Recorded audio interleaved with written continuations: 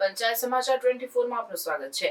આપ દ્વારા ઝાલોદ પ્રાંત કચેરી ખાતે નવા રોડ માટે આવેદનપત્ર આપી રોડ બનાવવાની માંગ કરાઈ। આમ આદમી પાર્ટીના પ્રતિનિધિઓએ ઝાલોદ પ્રાંત કચેરી ખાતે નવા માર્ગના નિર્માણ માટે આવેદનપત્ર રજૂ કર્યું છે। તેમણે જણાવ્યું કે આ માર્ગના અભાવને કારણે સ્થાનિક નાગરિકોને દૈનિક જીવનમાં અનેક મુશ્કેલીનો સામનો કરવો પડી રહ્યો છે। આમ આદમી પાર્ટીના નેતાઓએ પ્રાંત અધિકારી એકે ભાટિયાને મળીને આ માર્ગની તાત્કાલિક જરૂરિયાત અંગે ચર્ચા કરી। તેમણે જણાવ્યું કે આ માર્ગના નિર્માણથી વિસ્તારનો વિકાસ થશે અને નાગરિકોને સુવિધા મળશે। પ્રાંત અધિકારી આવેદનપત્ર સ્વીકારીને કહ્યું કે તેઓ આ મામલે યોગ્ય તંત્રને જાણ કરી આગળની કાર્યવાહી કરશે। તેમણે ખાતરી આપી કે નાગરિકોની સમસ્યાઓને પ્રાથમિકતા આપવામાં આવશે। સ્થાનિક નાગરિકોએ આપના આ પ્રયાસને સ્વાગત કર્યું છે અને આશા વ્યક્ત કરી છે કે માર્ગનું નિર્માણ ઝડપથી થશે, જેનાથી તેમના જીવનમાં સુખાકારી આવશે।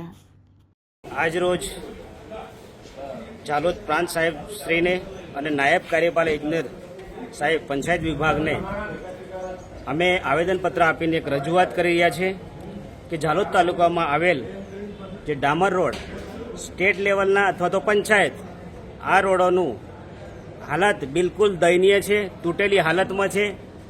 આજે ઉનાળાનું સિઝનની અંદર લગ્ન પ્રસંગો હોવાથી લોકોને રાત્રે મોડી રાત સુધી અવરજવર કરવી પડે છે અને ગંભીર પ્રકારના જે એક્સિડન્ટ બનાવો બને છે। તો અહીંયાનું જે વહીવટતંત્ર સરકારી તંત્રની વાત કરીએ તો આ ખાડે કાન ધરીને બેઠું છે।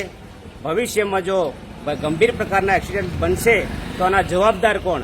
એટલે અમે જે આજે આવેદનપત્રને રજૂઆત કરી છે કે તાત્કાલિક ધોરણે સર્વે કરી અને રિપેરિંગમાં લેવામાં આવે અને ટૂંક જ સમયમાં નવા રસ્તા બનાવવા માટેનું એક ટેન્ડરિંગ બહાર પાડવામાં આવે।